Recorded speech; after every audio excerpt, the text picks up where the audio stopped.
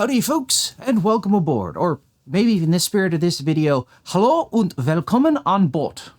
I'm Jason, I will be your conductor today as we talk about our travels to this through this video. So today we're going to start taking a look at some of the models that will be a part of my upcoming model railroad project that I've talked about a couple times on this video. And what that means is today we are going to be taking a look at Kato's model of the Rhaetian Railway's ABe 8/12 Elecrtric Multi Unit train set, which is also known as the Allegra, or possibly part of the Allegra family.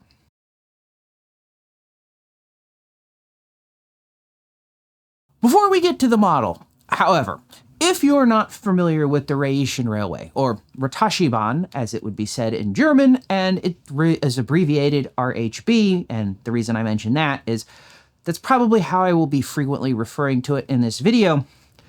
Let's take a minute and get a 10,000 foot or 3048 meter overview of the railroad in question. I'm talking about this because as an American, primarily focused on potentially an American audience, well, I kind of don't expect everybody to be familiar with a small Swiss railroad. So the Rhaetoscje Bhan is the largest private railway in Switzerland. They operate over 385 kilometers or 239 miles of meter gauge track. To put some perspective on this, if you are a fan, as I am, of the Denver and Rio Grande narrow gauge out in Colorado, Arizona, and Utah, this is about half of the mileage of the Denver and Rio Grande's narrow gauge line from Alamosa to Silverton prior to the railroad abandoning. And it's just over twice what's left in historic preservation and operating today on the Durango and Silverton narrow gauge and Cumbres and Toltec scenic railroad combined. So not huge in some respects, but quite busy and quite interesting. So the RHB's network is located mostly in the Swiss canton of Grisons. However, the network actually expands over the border into northern Italy via Bernina Pass, and its final terminus on that line is Tirano, Italy. Now, the RHB also connects with the also meter gauge Matterhorn-Gotthard Bahn at, and I'm going to absolutely butcher the pronunciation here, the town of Disentis/Münster. This is where the world-famous Glacier Express train changes hand, allowing for transfer-free passenger travel between Zermatt and St. Moritz. Now, something to be of interesting note on that, the Matterhorn-Gotthard Bahn, or MGB, operates rack and pinion systems on their network. The Rhaetian Railway is entirely adhesion-based, so they actually change engines on the train when they make the handover. Now, additionally, part of the RHB's network from Thusis in Switzerland to Tirano in Italy, including the lines into St. Moritz, are UNESCO World Heritage Sites, and this section consists of basically the Albula and Bernia lines, so that includes the Albula Tunnel, the Landwasser Viaduct, the famous one where the train goes straight into the side of the mountain, as well as, of course, the entire Bernina line, which is, a huge engineering marvel in and of its own right. On top of that, many of the Rhaetian Railway's lines, including the Albula line, the Arosa line, and the Bernina line, are built to, well, quite frankly, insane narrow gauge standards. They have extremely tight curves. We're talking tight as 56 meters in radius, or for us Americans who measure railroad curves in degrees of curvature per 100 feet, 33 degrees.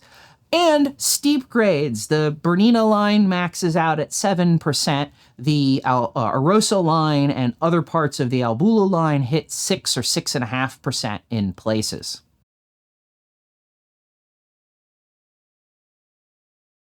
So for some details on the prototype that this model is based on, the Rhaetian Railway ordered 15 of these EMU sets from Stadler Rail in 2007 and took delivery of them between 2009 and 2011. These trains are classified under the Swiss classification system as ABe 8/12s. So, unlike the white notation, which you might be familiar with from steam engine wheel arrangements in North America, or the AAR system, which is what North American diesel and electric locomotives are used to describe their wheel arrangements, or if you're from Europe, the UIC system, which is used in most of the rest of Europe, the Swiss, and by extension RHB's classification system, includes information about the form of motive power. Is it diesel, steam, or electric? The track gauge, powered axle counts, total axle counts, maximum speeds, and in the case of multiple unit vehicles and passenger rail cars, even the available passenger classes. What's interesting, though, is it doesn't actually tell you wheel arrangements the way the other systems do. Now, since these are self-powered electric multi-unit passenger rail cars, the ABe designation denotes that the train has first and second class accommodations. And the small e indicates that they are electrically powered, so hence the pantographs. Now, the final two numbers, or the final part, the 8/12 part, denotes that there are a total of 12 axles in this rail car, and 8 of them are powered. Now, these train sets are built of or consist of 3 semi-permanently coupled cars. At each end is a power car with a driving cab and actually the traction motors for the system, and sandwiched in between is an unpowered passenger car. Now, each car has two two-axle trucks or bogies, so they could actually be moved around when they're not coupled together by some other means. And those trucks have pneumatic suspension so that they get a good ride because, well, hey, they are passenger trains. Now, Stadler designed these train sets to handle anything and everything the RHB's system could throw at them. That means we are talking about high-speed running on some of the most immaculate narrow-gauge track I have ever seen, to the whole steep, windy mountain routes that have tight curves beyond belief. As part of that, these train sets were designed to use dual voltage or have dual voltage capabilities and can run on both the 11 kilovolt AC system that's used for the vast majority of the RHB's network, as well as the 1 kilovolt DC system that's used on the Bernina line between St. Moritz and Tirano. Now, to accomplish this dual voltage task, there are 3 pantographs on the train, 1 on each car.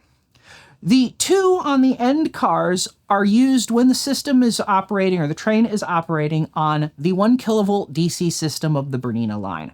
Well, the central pantograph is used when the train is operating on the 11 kilovolts AC network of, well, basically all of the rest of the Rhätoscje Bhan. Now, as a note for modelers, when these trains are operating on the 1 kilovolt DC network, as far as I can tell at least, both end cars' pantographs are used simultaneously. The reason for this is that the lower 1 kilovolt line voltage and the steep grades necessitates higher currents being drawn or moved through the pantograph system to provide enough power for the train to operate.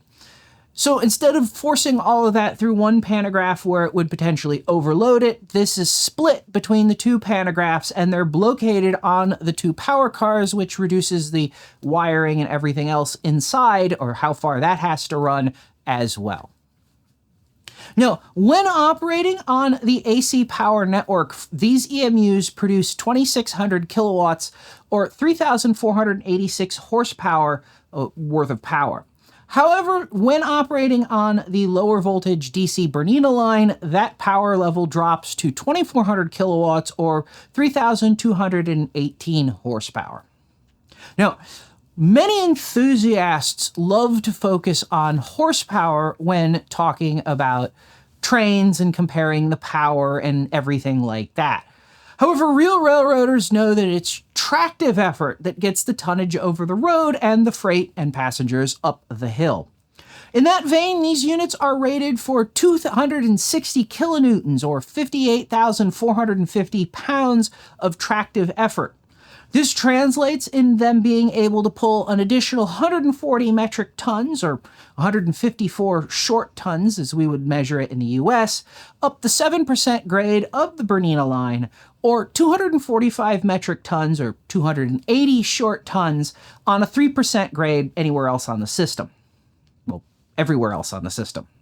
Now, this extra pulling power is actually frequently used by the railroad to increase either passenger capacity by adding additional coaches during peak season, or to move freight in mixed train service. And that last part is something that is actually somewhat unique to railroading these days and the RHB. Most railroads have completely done away with mixed train operation, but the Rhaetian Railway still does it. Now, regardless of the power source that's being used, the maximum operating speed for these train sets is 100 kilometers an hour, or just over 62 miles per hour. However, in 2009, in a controlled test through the Varina Tunnel, one of these units set a meter gauge speed record of 139 kilometers an hour, or 86.4 miles per hour, but that's never happening in normal operation. Now, these 3-car units can seat up to 114 passengers. It works out to be 24 in first class, 12 in each of the end cars. In fact, they're at the ends right behind the driving compartments, and 76 in second, with an additional 14 seats that can be folded out of the way for disabled passengers and bike storage. Now, incidentally, if you ever happen to be traveling in Switzerland, the first-class sections on these trains are located right behind the driver's cab and are separated with a glass partition, so people sitting in first class will have the ability to see basically a driver's eye view of where the train is going. As another modeler's note, the Rhaetian Railway, in fact, I think all Swiss railroads, indicate the position of the first-class sections in their trains by painting a gold or yellow stripe along the roof line or just over the window over that section.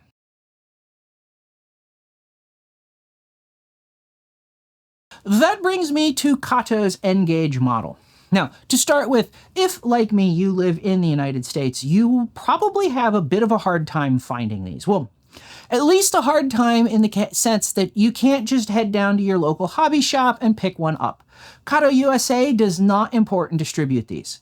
However, based on my research, these models are officially distributed and sold in Japan and in Europe, and you can find importers and resellers on Amazon, eBay, and basically all over the place if you do Google for them. Something to be aware of, though, is that in Europe, these models are distributed by Noch, with different model numbers than Kato's.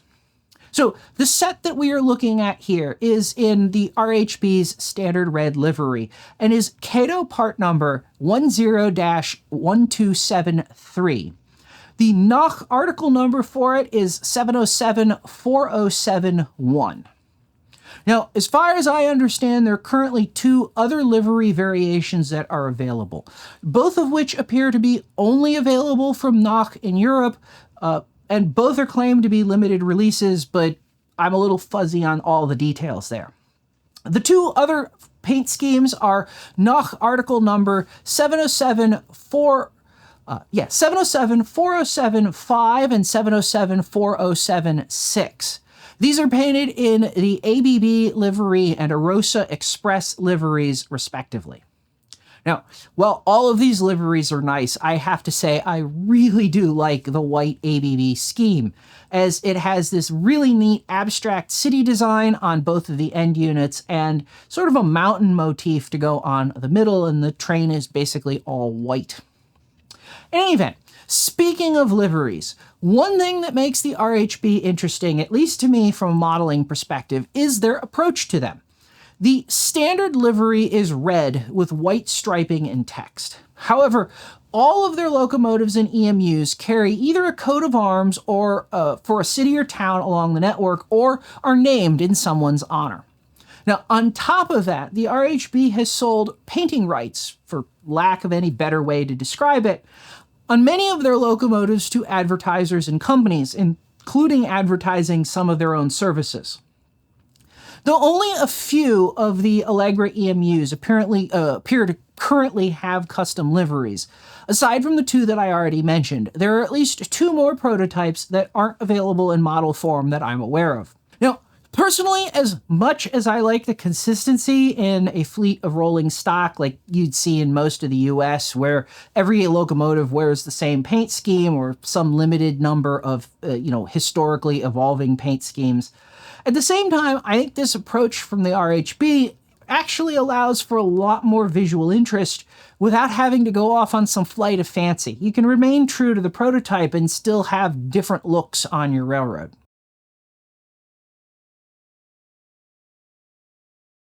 The Allegra models are packed in a simple cardboard box with a molded, expanded polystyrene carrier in it. That's what protects them. And honestly, this isn't nearly as nice as some of the cases that Kato produces for some of their sets, but it does the job and it's okay. Now, the box is printed with information in Japanese, German, and English. This includes the standard stuff like part numbers, warnings, and advertising for related models, but also some rather nice descriptions about the prototype's history and operation. Now, I point this out because, again, as an American modeler without easy access to the prototype itself, or really easy access to a lot of online information about it, since most of that's in German and I don't read or speak German, the little tips in the manual and in the packaging are definitely appreciated. Anyway, opening the box and removing the carrier, we find 3 models in a small pack of parts in the box, along with, of course, the manual. Now, one important thing to note is that these models are covered by a fairly hard piece of clear plastic. Try not to lose this, as it's the only protective layer that is there when you have the models stored. So there's windows in the box. That plastic keeps dust and stuff from getting through the windows to the models.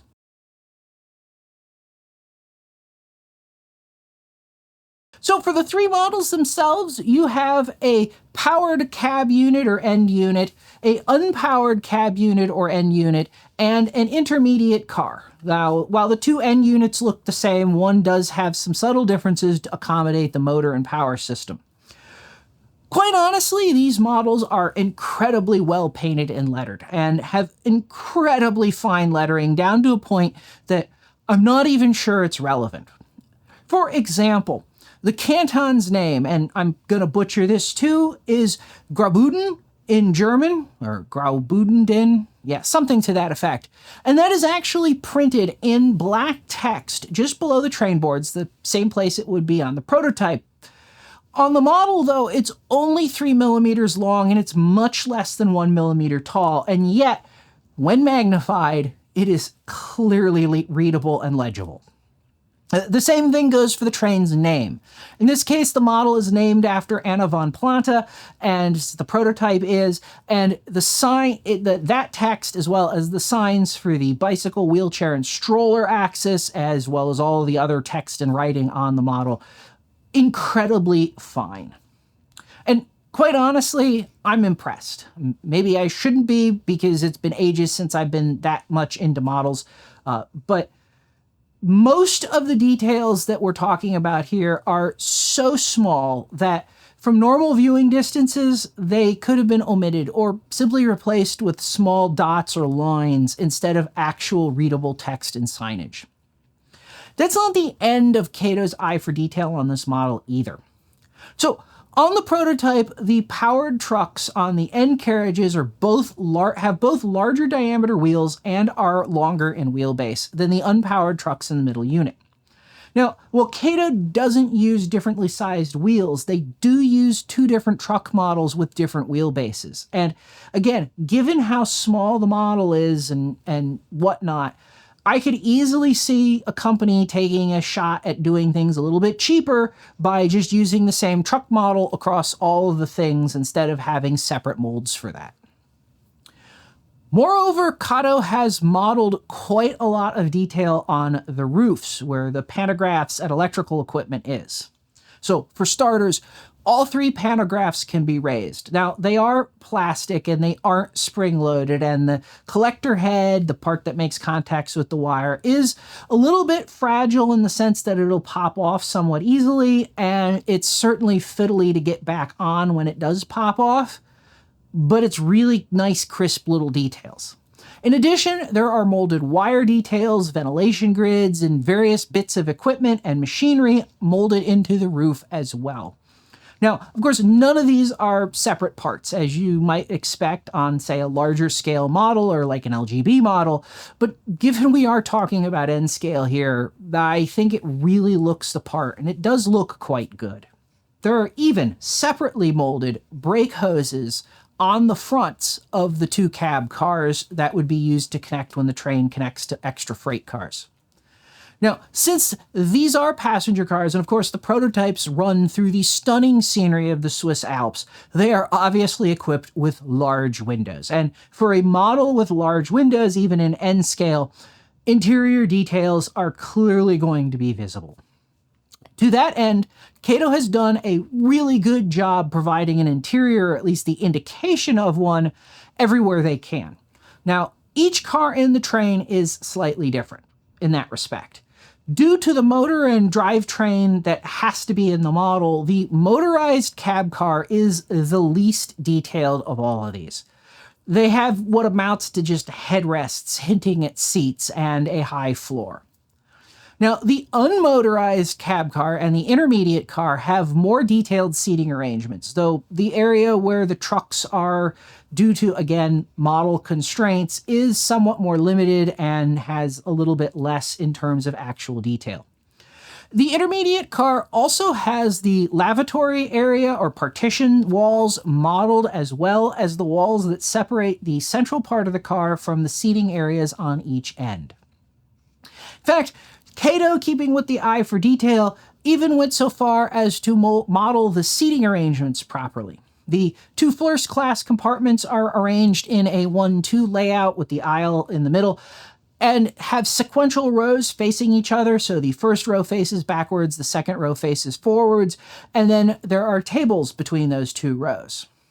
The second class section uses a 2-2 configuration with a similar facing layout and tables in between, and all of this is modeled correctly in the models.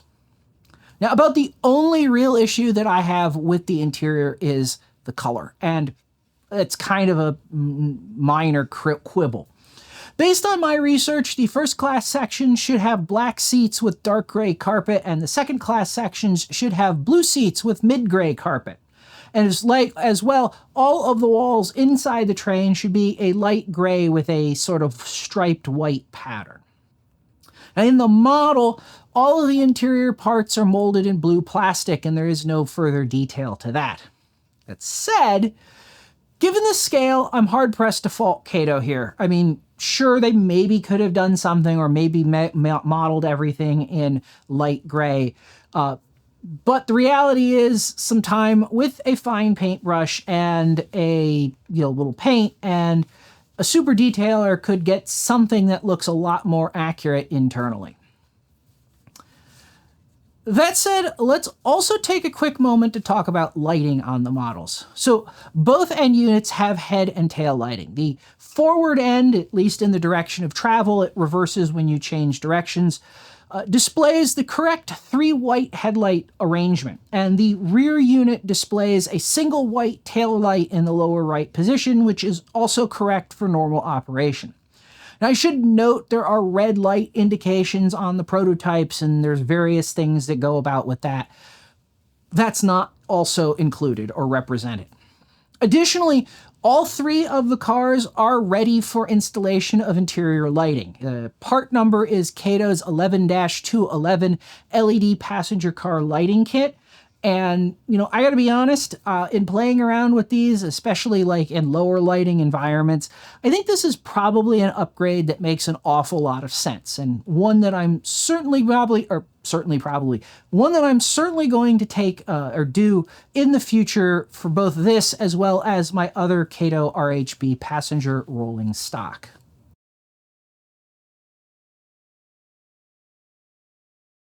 So along with the models themselves is a small pack of accessory parts. If you open this up, you will find a bag that contains 4 replacement couplers and a set of replacement passenger car diaphragms. Though only 2 of the couplers are for the Allegra models themselves, the rest are for converting Kato's Glacier Express passenger cars, and I'll talk about that in a second. Now, as shipped, the models have a scale model of an RHB buffer on both ends. So on the prototype, this would be flanked on either side by the links and chains and hooks. For the RHB coupling system, they use a link and buffer system. And of course, on an N-scale model, well, that's entirely impractical to have as a functional system. So the scale model buffers look good, they look the part, but they're not functional. However, for their RHB equipment, Kato also makes a functional, somewhat prototype-looking coupler that can be used instead. Now, when you get these models, these short coupling couplers are installed from the factory on the internal positions between all of the cars. And they include 2 short black couplers in the parts pack for replacing the buffers on the outer positions so that you can use those couplers to couple to Kato's other Rhaetian Railway freight and passenger cars. The 2 additional gray couplers and the passenger car diaphragms that you'll find in the parts pack are for converting Kato's Glacier Express models. So those models ship with N-scale Rapido-style couplers, and if you want to use them, with this, you would need to convert them. Now, if you already have those cars converted or you don't have those cars at all, then the extra parts are a bit superfluous. Personally, I have set up all of my RHB equipment from Kato using these scale close couplers. The pros of doing this are that the models look much better, they couple closer, and they operate far more reliably than I've ever had N-scale trains operate with the big, ugly Rapido couplers. However, the downside to that is that if you are into switching in your N-scale railroad for some reason, they are fiddly to couple and uncouple, and switching is basically not even a possibility.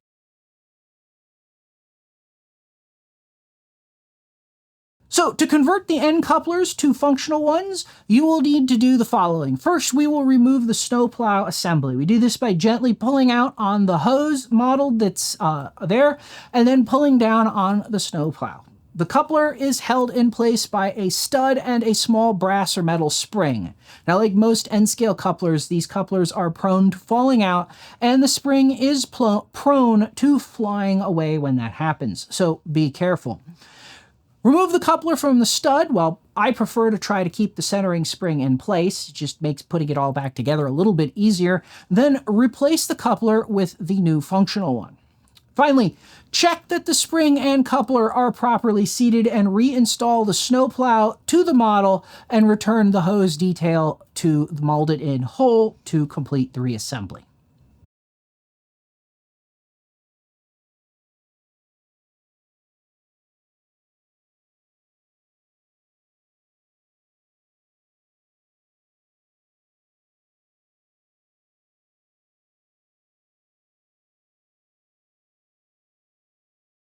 So mechanically, Kato advertises that these models can operate around 150 millimeter or 6-inch radius curves and up to a 5% maximum gradient. The engines or the motors are rated for a maximum operating voltage of 12 volts and a maximum current draw of 0.42 amps. Now, I have tested my models quite extensively around 6-inch radius curves in both the push and pull configurations, and I have not seen any derailments in hours of continuous operation. And I should note, I did have one problem initially where one of the trucks on the intermediate car wasn't fully seated from the factory, and that would cause that truck to derail. However, pushing it back in place fixed that, and I haven't had a single problem with it since. Now, quite honestly, I am very surprised at how well these trains operate, especially with these couplers, even in the push configuration, given just how tight of curves they operate on and how light the equipment actually is. And, well, my experience with Rapido-style couplers on other N-scale models.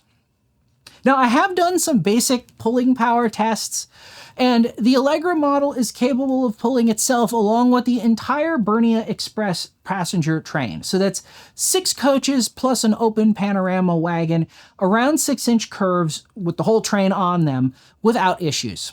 Now, it likely could do much more, but that requires more track than I have or space than I have for testing. And it also would be an unprototypically long train for these units anyway. Now, as for pulling power up a grade, well, the reality is I don't have a good way to test that with a sustained 5% grade of sufficient length to load up the train. That said, traction is enhanced by 2 traction tires. There is one on each side of one wheel on each truck on the powered module. As a result, power is picked up by the remaining 6 wheels. There's no connections between the units either. And my experience has been that with clean track, this is more than sufficient for reliable operation, even at the low, like 3 volts that I tend to run these at for slow speeds. Now, that said, if there is one problem with these models, it is gearing and speed. Now, while the prototype can operate at speeds up to 100 kilometers an hour, and the model is, well, it can go way faster. The test loop that you're looking at here is 433.5 scale meters long, and a lap takes just over 6.3 seconds at 12 volts. This translates to 568.8 laps an hour, or 246.6 scale kilometers per hour. That's a bit more than twice the maximum speed of the prototype, even in the speed operation or time trial test. Now, the problem with this is that most of us are going to be building models or model railroads that will be likely focused on the really interesting, slow speed, twisty parts of the RHB, where speed limits are more like 30 kilometers an hour, not 100. And to run at those speeds, we have to use very low voltages, which in turn means operation is not potentially going to be all that reliable. Now, this is where I think the model falls down, really, as a slower motor or lower gearing ratio would give you so much more flexibility in fine speed control and just control in general than what we have with it with. That said, I haven't had any problems yet, but a higher voltage would be more reliable. Now, of course, you can convert these models to DCC and use the custom variables to limit the speeds that way.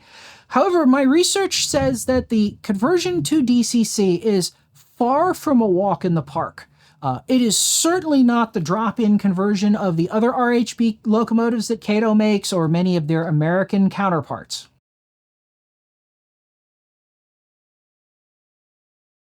So, aside from the unrealistic speed situation, the only other qualm I have with these models is the scale they're built in. I can understand the need to compromise some on the scale choice, but it's a little frustrating to me. That said, I don't think there's a really good solution either. Standard gauge N-scale models are built to a scale of 1 to 160. This allows the 9mm gauge track to scale out to 1440 scale millimeters, which is very close to the prototypically correct 1435 millimeters or 4 feet 8.5 inches. Now, since most of Japan's rail network is actually built to 3 foot 6-inch gauge, which for us in the West, this is often known as Cape gauge due to its extensive use in what was called at the time the Cape Colony, but we now know as South Africa. As a result, many of Kato's models, including this one, are built to 1 to 150th scale instead. However, even this is a whole slew of compromises. At 1 to 150, 9mm track scales out to 1350 millimeters instead of the correct 1067 millimeters. And at the same time, this makes standard N-gauge models and figures around 7% undersized as well. Now, in either case, neither of these is meter gauge or the meter gauge of the prototype. Although, that said, at this scale, I'm honestly not sure the difference would be all that obvious aside from maybe some line-side structures. Background models and really anything that wasn't immediately next to the rolling stock, like station buildings, bridges, signals, and catenary masts, could easily be modeled in 1:160 normal N scale and would really just appear slightly further away if you ever even noticed the distance or difference. Now, for the really bold, I have seen conversions of some of these models to run on Z-gauge track. It does look better in some respects. And in that case, the 6mm track gauge scales out to about 900 scale millimeters, which is a little bit more accurate, but a little bit too small in the wrong direction as well. Now, that sounds, or at least that may sound tempting. It certainly did to me immediately or at one point, but it also sounds like a lot more work than it's probably worth, and it also means that I wouldn't be able to run these on Kato Unitrack, which is something that I want to have available for holiday-type operations and setups. Now, one final note. The RHB also has an unpowered cab car that they use in normal push-pull train service, and these cars are very similar, if not identical, to the Allegra cab cars, only I don't think they have traction motors. If you are modeling the RHB, in addition to all the normal configurations that you would normally have, like the Allegra or the Bernina Express, the Glacier Express, or just the regular coaches, all of which Kato describes basically in their manuals. One thing they don't describe, and another interesting operational possibility, would be to use the unpowered cab car from the Allegra set, along with a set of EW1 passenger cars and a GE 442 or 3 locomotive in a push-pull train configuration. Just a thought.